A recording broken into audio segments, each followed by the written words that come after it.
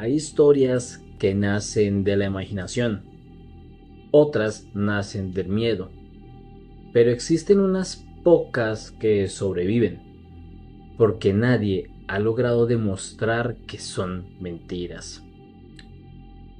En el centro de Bogotá y en otros sitios, cuando las oficinas cierran, las luces de los edificios comienzan a apagarse, la ciudad cambia por completo. Las calles se ponen vacías, los vendedores desaparecen, los buses y los biarticulados dejan de pasar con la misma frecuencia y unos dejan de operar. Los únicos que permanecen son los habitantes de calle, algunos policías y los senadores. Durante años circuló un rumor que fue bastante fuerte de esas personas que trabajan de noche o que están de noche haciendo diferentes actividades. Decían que debajo de la ciudad existía una red de túneles mucho más grande de lo que cualquier oficial se podría reconocer. Esto en planos, obviamente. Algunos afirmaban que eran antiguos conductos construidos durante épocas de la colonia. Otros aseguraban que conectaban edificios gubernamentales para posteriores escapes. Otros, que eran pocos, juraban haber escuchado voces provenientes del subsuelo, cuando todo quedaba en silencio, pero la verdad es que nadie les creía. Hasta que apareció Julián. Julián tenía 39 años cuando hizo este descubrimiento. Llevaba más de una década trabajando como vigilante nocturno en un viejo edificio del centro. Él era un hombre tranquilo, de esos que prefieren un termo de café y un radio de esas viejas de pilas antes que conversar con alguien. Conocía cada rincón del edificio, conocía cada puerta, cada escalera, cada ruido. Por eso, la primera vez que escuchó aquellos golpes debajo del sótano, en el subsuelo, supo que algo no estaba bien. Él sabía que no eran tuberías, sabía que no eran ratas, y lo sabe porque eran tres golpes, siempre tres, lentos, secos, como si alguien golpeara desde abajo de manera adrede. La primera noche él decidió ignorarlos, normal, pero la tercera tomó una linterna, se llenó de valor, tomó una linterna, descendió hasta el nivel más profundo del edificio. El sótano estaba completamente vacío. Solo había viejas tuberías, cajas olvidadas y una gruesa pared de ladrillo que, según él, recordaba que no le había visto jamás. Era extraño. Llevaba años trabajando allí. ¿Cómo era posible que no podía recordar la pared? Mientras observaba, escuchó nuevamente los golpes, pero esta vez provenían detrás de los ladrillos. Tres golpes y un silencio, y seguido de unos nuevos tres golpes. Al día siguiente le preguntó al administrador. El hombre soltó una risa bastante incómoda. No se meta con eso. ¿Con qué?, preguntó Julián. Con los túneles. Fue la única respuesta que obtuvo y fue la única cosa que pudo escuchar aquel día. Durante las siguientes semanas comenzó a investigar por su propia cuenta. Descubrió que otros celadores hablaban del mismo sonido. Un conductor de aseo aseguraba haber visto una puerta abierta debajo de un edificio cercano. Un electricista juraba que una noche encontró a varias personas caminando por un pasillo subterráneo iluminado únicamente por velas. Todos coincidían en algo. Nunca siguieran a quienes caminan allí abajo. Porque la verdad nadie regresa igual. Julián pensó que eran historias para asustar a los novatos. Pero a decir verdad, pese a los años que llevaba, pensó eso, que era para novatos. Se le hacía muy extraño. Hasta que una madrugada vio salir del edificio a un hombre vestido completamente de negro. No era residente, no era tampoco un empleado. Él simplemente apareció desde el sótano. Miró a ambos lados de la calle y desapareció entre la niebla. Al día siguiente revisó las cámaras. No existía ninguna grabación del hombre entrando al edificio. Solo aparecía saliendo, como si hubiera surgido del mismo subsuelo.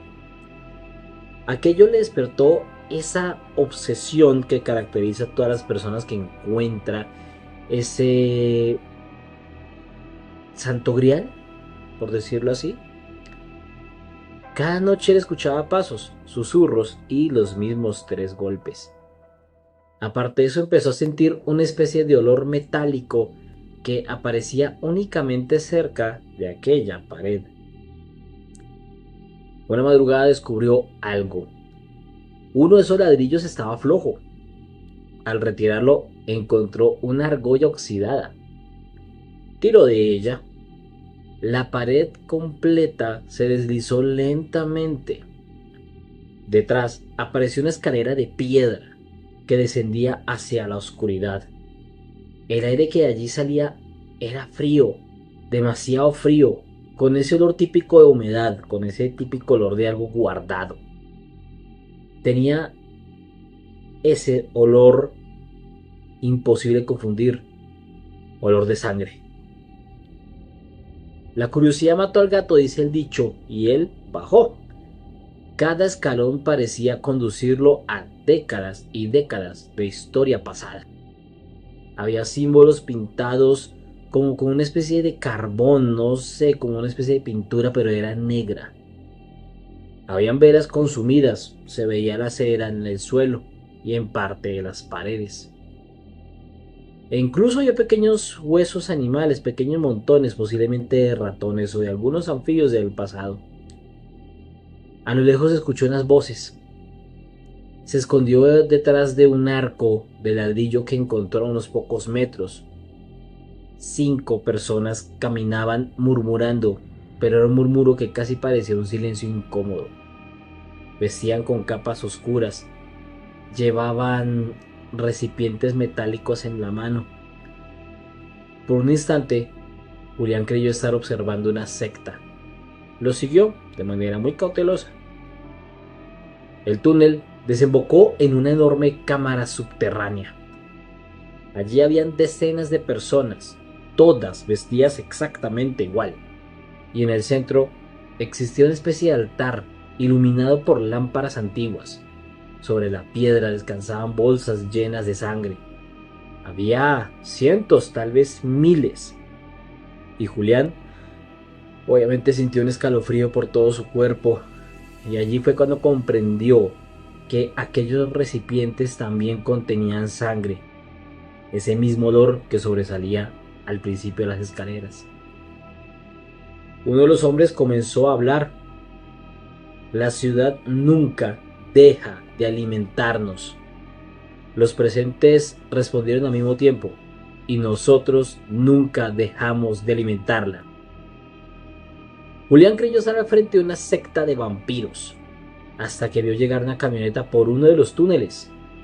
No parecía posible, pero estaba allí.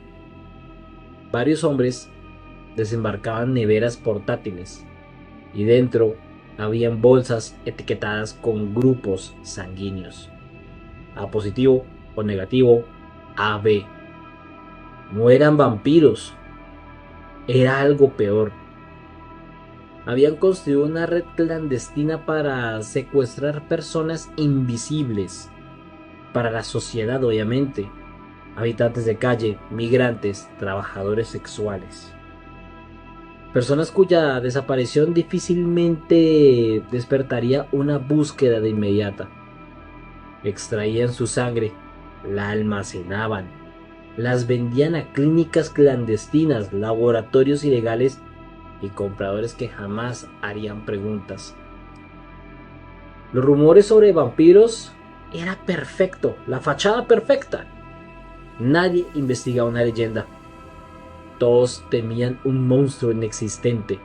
Mientras observaba horrorizado, una mano se apoyó sobre su hombro.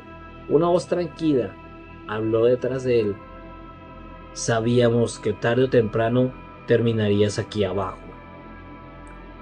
Julián sintió que el corazón dejaba de latir. Se giró lentamente. Era el administrador del edificio y este sonreía. Pero no estaba solo, para nada. Detrás de él, al menos 20 personas lo estaban observando, como si lo hubieran estado esperando desde el principio. ¿Pero cómo? El hombre suspiró. Nadie encuentra la entrada por accidente. Nosotros decidimos cuándo mostrarla. Julián intentó correr. No alcanzó a dar ni siquiera 3 pasos cuando un golpe seco le apagó todo. 3 días después, la empresa reportó la desaparición de aquel vigilante. La policía revisó cámaras, entrevistó vecinos, inspeccionó el edificio de manera completa. Nunca se encontró la dichosa puerta. El sótano terminaba exactamente donde siempre había terminado.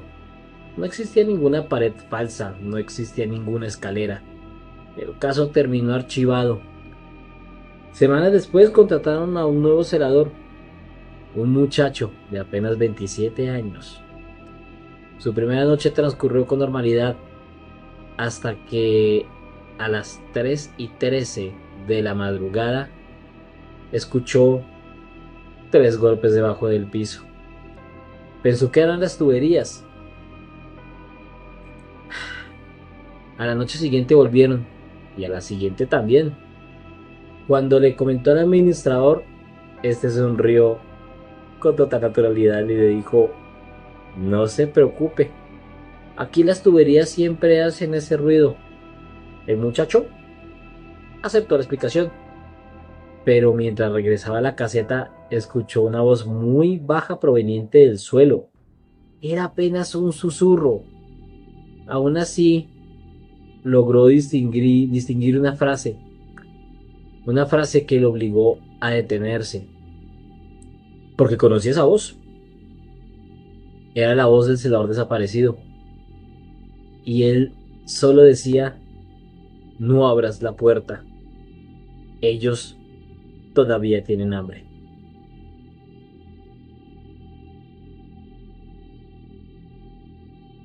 Toda la ciudad o todas las ciudades tienen historias sobre asesinos seriales, pero existe una ligera diferencia. Entre un asesino común y una leyenda, los primeros tienen nombre y rostro, e incluso un expediente ante la policía. Las leyendas nunca existen de manera oficial, y así es como empieza esta historia. No voy a decir mi nombre. Han pasado 6 años de aquella noche y todavía cuando un número desconocido aparece en la pantalla de mi celular, siento que el corazón se me detiene. La policía me pidió guardar silencio durante la investigación. Después me recomendaron que buscara ayuda psicológica. Con el tiempo, dejaron de llamarme. El caso terminó cerrado. Nunca encontraron a la mujer. Y lo peor de todo es que tampoco encontraron una sola prueba de que ella hubiese existido. Todo comenzó cuando yo tenía 26 años de edad. Trabajaba como diseñador independiente y pasaba la mayor parte del tiempo frente a un computador. No tenía pareja, la verdad tampoco salía mucho. Así que cuando una mujer comenzó a hablarme en una cafetería, pensé que simplemente estaba teniendo un día de suerte. Ella era muy hermosa, no de esa belleza exagerada, no. Eh, Esa belleza que llama la atención, para nada, era de otro bando, era la otra esquina. Muy elegante, de cabello oscuro, piel impecable y una voz muy suave. Y unos ojos que parecían analizar cada palabra de lo que uno decía. Calculé y tendría más o menos unos 40 años, tal vez un poco más. Ella inició la conversación. Me preguntó qué estaba leyendo. Después hablamos de cine, luego de música. Y antes de despedirse me dejó escrito su número en una servilleta. No me dio su apellido, solo su nombre. O al menos eso creí que era su nombre. Nos vimos varias veces durante el siguiente mes. Nunca cancelaba una cita, nunca llegaba tarde, nunca hablaba demasiado de ella. Cuando preguntaba por su familia, desviaba la conversación. Una habilidad que tenía pero impresionante. Tampoco tenía redes sociales. No utilizaba aplicaciones.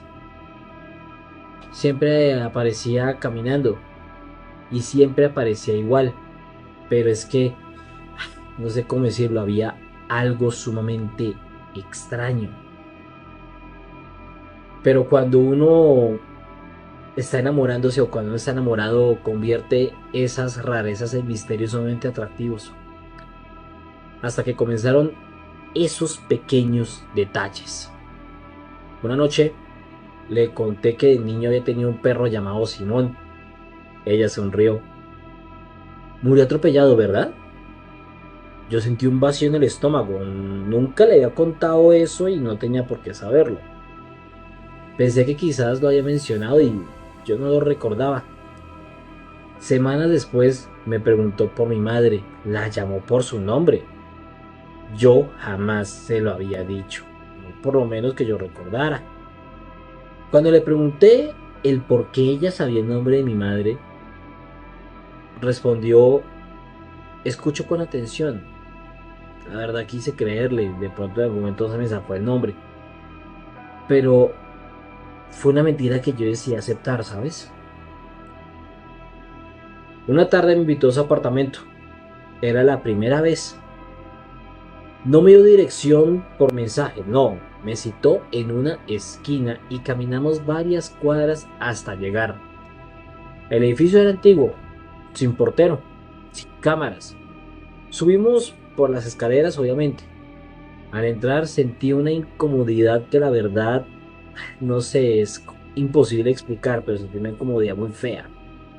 El lugar estaba demasiado limpio, eso puedo decirlo. No había fotografías, no había libros, no había cuadros, ni siquiera había plantas, era demasiado minimalista, por decirlo así. Era un apartamento que no tenía ni un solo recuerdo, como si hubiera sido decorado esa misma mañana. Así, llegué y lo decoré, así simplemente. Mientras ella preparaba las copas y todo para tomar un poco de vino, me pidió esperar en la sala. Y entonces fue cuando escuché un ruido, un golpe, pero muy leve, como si alguien hubiera dejado caer algo en la otra habitación. Yo me levanté, pero ella apareció de manera inmediata, sonriendo. No seas curioso, me dijo. Era una frase dicha con suma amabilidad, pero sonó más bien como una orden. Esa noche casi muero. Lo sé porque desperté sin poder mover mis brazos y las muñecas estaban sujetas con correas de cuero a la base de la cama. Sí, así como un libro que sé que has leído. Intenté gritar, pero tenía la boca seca. La cabeza me daba vueltas. ¿Fue el vino? Tal vez lo había mezclado con algo, no lo sé. Ella estaba sentada frente a mí. Tenía un delantal oscuro. No parecía nerviosa, más bien parecía emocionada. Y bastante concentrada, debo también admitir. Como si un cirujano estuviese preparándose para comenzar una operación. Despertaste antes de lo normal, me dijo. Y su voz seguía siendo muy dulce. Y eso, la verdad, era lo más aterrador. No había oído, no sentía nada de rabia. Para mí esto era más bien como una especie de rutina. Sobre una mesa cercana vi decenas de objetos perfectamente organizados. Relojes, anillos, cadenas, llaves, billeteras. Todos pertenecían a hombres distintos. Ahí fue cuando lo comprendí de inmediato. Ella sonrió al notar mi mirada hacia la mesa. No guardo trofeos, dijo. Guardo historias. Después tomó una billetera. Las hojas estaban llenas de nombres escritos a mano. Cada uno tenía la fecha al lado y una edad. 22, 25, 27, 29. Nunca más de 30. Yo le pregunté el por qué. Todavía recuerdo su respuesta. Porque ustedes todavía creen que pueden salvar al mundo. Después dejan de creer y ya no tienen el mismo brillo en los ojos. Sentí un frío imposible de describir, Hunter. No estaba frente a una mujer impulsiva. Estaba frente a alguien que llevaba años perfeccionando aquello.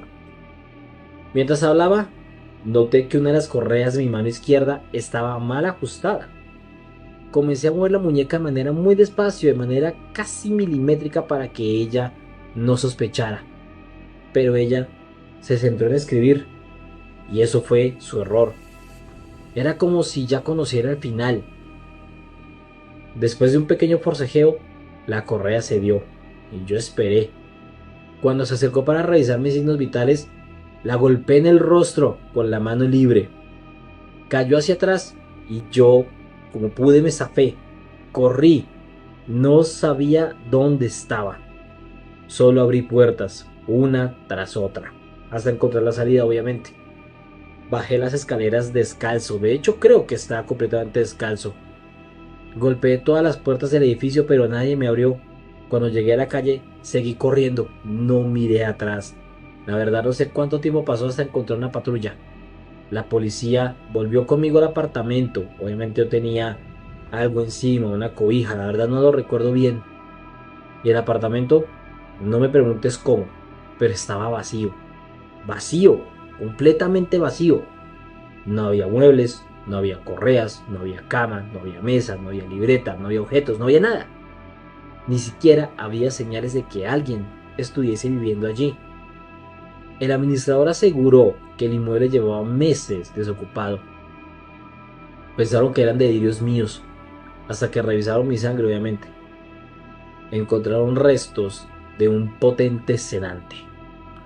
Eso demostraba que estaba drogado, sí, pero no demostró quién me drogó o si yo lo había hecho adrede, ni mucho menos demostraba en dónde había sido, si en mi casa o en ese lugar abandonado. La investigación duró casi 2 años. Me llamaban de manera constante para reconocer fotografías. Ninguna era de ella. Mostraba mujeres desaparecía, profesionales, estafadoras, prófugas, pero nunca estaba su rostro en esas fotos. El detective me confesó algo antes de jubilarse. En distintos expedientes de hombres desaparecidos durante los últimos 30 años, aparecía siempre la misma descripción. Una mujer elegante, de cabello oscuro, aproximadamente 40 años.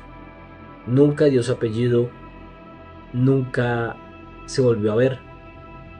Y eso era lo más curioso, porque no había ni una sola fotografía de ella, ni una sola huella útil. Ni siquiera una identidad verdadera. Era como perseguir un fantasma. Y la verdad lo creo, porque 30 años haciendo lo mismo con la misma edad, eso ya no es algo humano. La verdad, yo sigo pensando que no era un fantasma, porque los fantasmas no drogan, no amarran, no asesinan. Ella sí. Creí haber escapado. Intenté rehacer mi vida. Me mudé. Cambié de ciudad, cambié de trabajo e incluso cambié de número telefónico. Funcionó, la verdad, durante casi 6 años. Hasta que el martes pasado entré a una cafetería para tomarme un café antes del trabajo. Pedí lo de siempre. Me senté junto a la ventana. El mesero dejó la taza sobre la mesa. Debajo había una servilleta doblada. Pensé que era la cuenta y la abrí. Solamente vi una frase escrita con tinta negra. Sigues teniendo el mismo brillo en los ojos. Sentí que la sangre desaparecía de mi cuerpo. Miré alrededor. Habían decenas de personas, pero nadie me observaba. Nadie parecía sospechoso. Llamé al mesero. Le pregunté que quién había dejado esa servilleta. Él frunció el ceño y me dijo que hacía una mujer. Yo pregunté cuál mujer. La que estaba sentada en mi mesa hace un momento. El mesero sonrió de manera extraña. Señor, aquí no entra ninguna mujer. No con la descripción que usted me dijo. Ni se ha sentado en esta mesa. Usted está solo desde que llegó. La verdad no discutí. Pagué. Salí de inmediato. Mientras cruzaba la calle miré el reflejo de una vitrina. Y allí estaba ella. A unos 20 metros de distancia. La misma mujer. La misma sonrisa. La misma calma. No me estaba siguiendo, afortunadamente. Solo estaba observándome. Como un cazador que no tiene prisa. Porque sabe que tarde o temprano su presa volverá a bajar la guardia. Hay quienes dicen que el corazón es solamente un músculo, pero los médicos conocen un fenómeno bastante extraño de personas completamente sanas que, después de un dolor emocional extremo, simplemente dejan de vivir. Lo llaman síndrome del corazón roto. Yo en lo personal prefiero llamarlo de otra manera, porque vi cómo empezó mucho antes de que su corazón se detuviera. Nunca pensé que terminaría contando esta historia. Durante mucho tiempo creí que estaba traicionando la memoria de mi mejor amigo. Pero después de lo que vi la última noche, entendí que guardar silencio también es una forma de condenarlo. Su nombre era Daniel. Tenía unos 32 años cuando esto ocurrió. Eran de esas personas que parecían tener la vida resuelta. Un buen trabajo, un buen sentido del humor. Nunca faltaba una reunión con sus compañeros y amigos. Siempre era el primero en ayudar cuando alguien lo necesitaba. Estaba profundamente enamorado. Llevaba casi 8 años con la misma mujer. Todos pensamos que se iban a casar. Hasta que un día cualquiera, ella decidió terminar la relación. No hubo infidelidad, no hubo una pelea monumental. No, simplemente dijo que ya no lo amaba y se fue. Recuerdo la última vez que lo vi salir de su apartamento. Daniel permaneció sentado en el sofá. No lloró, no gritó. Solo la observó cerrar la puerta. Después dijo algo que en ese momento me pareció una frase más. Siento que algo de mí se acaba de morir. No imaginé que hablaba de manera literal, la verdad. Las primeras semanas fueron normales, o al menos tan normales como puede ser llevar un duelo después de tanto tiempo. Dejó de comer, dormía poco, perdió peso, dejó de contestar las llamadas, dejó hasta incluso de ir al trabajo de manera tan recurrente como lo hacía. Tal vez sonreía de vez en cuando, hasta que comenzaron las noches de insomnio. Y eso lo terminó consumiendo. Pasaba días enteros sin dormir. Y entonces aparecieron las pastillas, luego otras sustancias. Nunca supe exactamente cuáles. Solo sabía que cada vez que iba a visitarlo encontraba una nueva caja, unas nuevas píldoras o una nueva envoltura escondida en la basura. Cuando intentaba convencerle a buscar ayuda, él siempre respondía lo mismo. Solo necesito dejar de sentir. Eso era todo. No buscaba divertirse, no buscaba escapar. Solo quería silenciar el dolor. Pero el dolor nunca desapareció. Simplemente cambió de forma. La primera vez dijo que al verla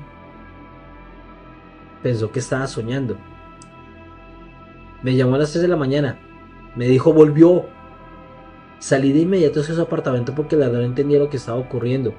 Lo encontré preparando un café para 2 personas. Habían 2 tazas en la mesa, 2 platos, 2 cubiertos. Le pregunté que dónde estaba ella.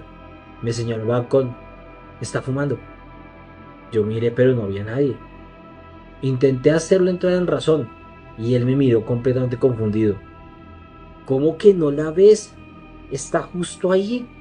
Mírala, está hablando conmigo. Aquella noche logré convencerlo de poder dormir un poco, hasta incluso me atreví a darle una de sus famosas pastillas para el insomnio.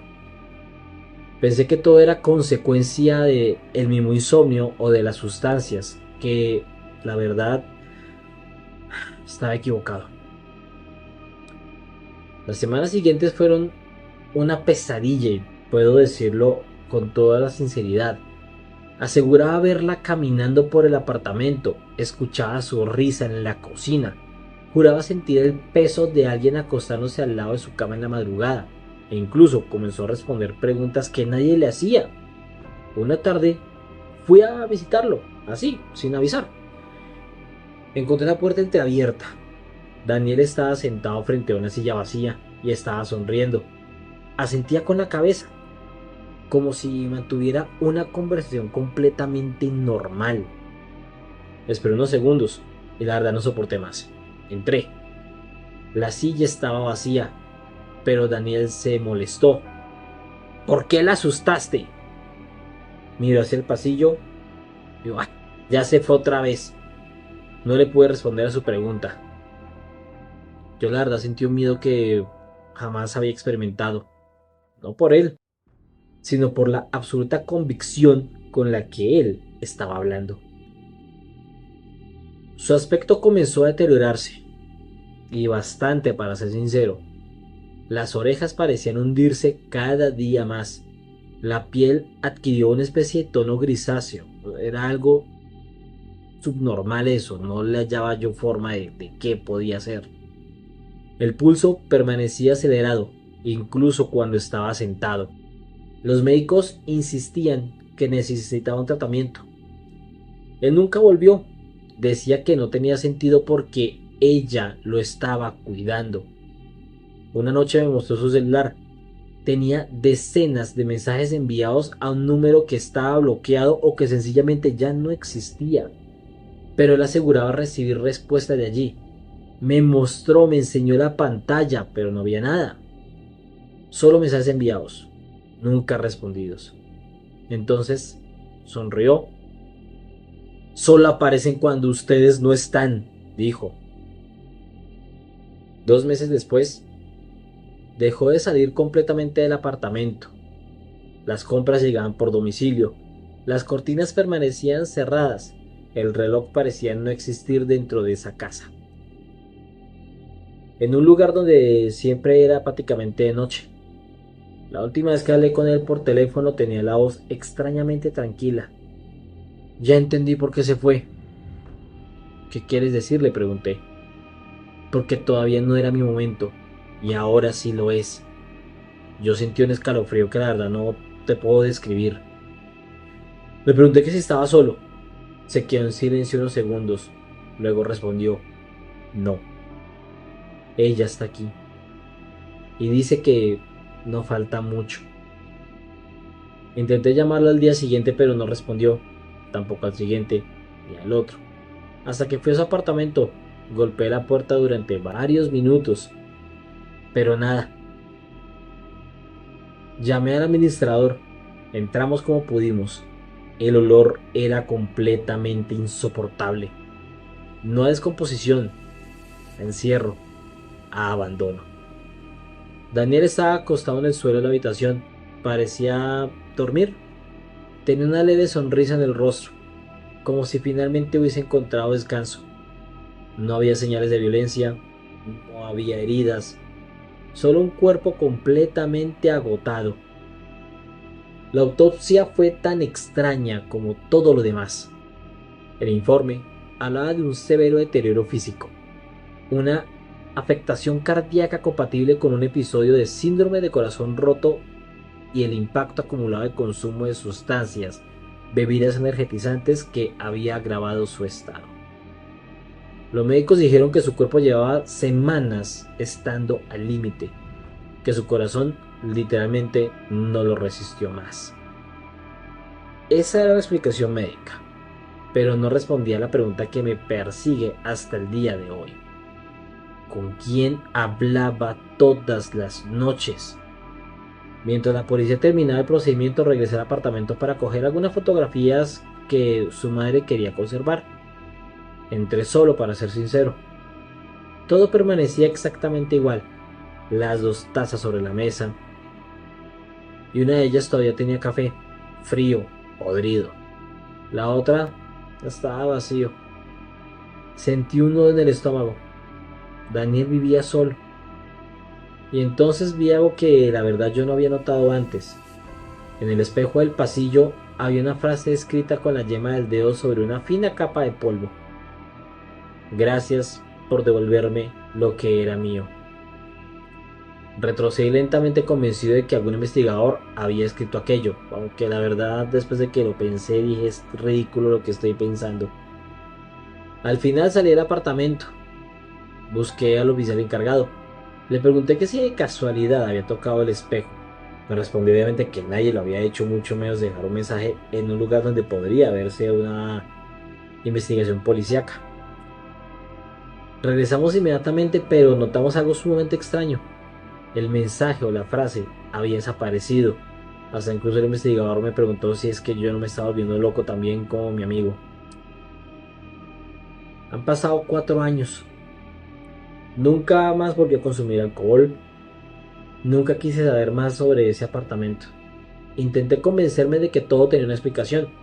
Alucinaciones, las conversaciones, el espejo, todo. Y hace 3 noches me dio insomnio. No podía dormir. Eran las 2:47 de la madrugada. Mi celular vibró sobre la mesa de noche. Pensé que era un mensaje cualquiera, incluso algo de Temu o Shein, cualquier cosa de esas.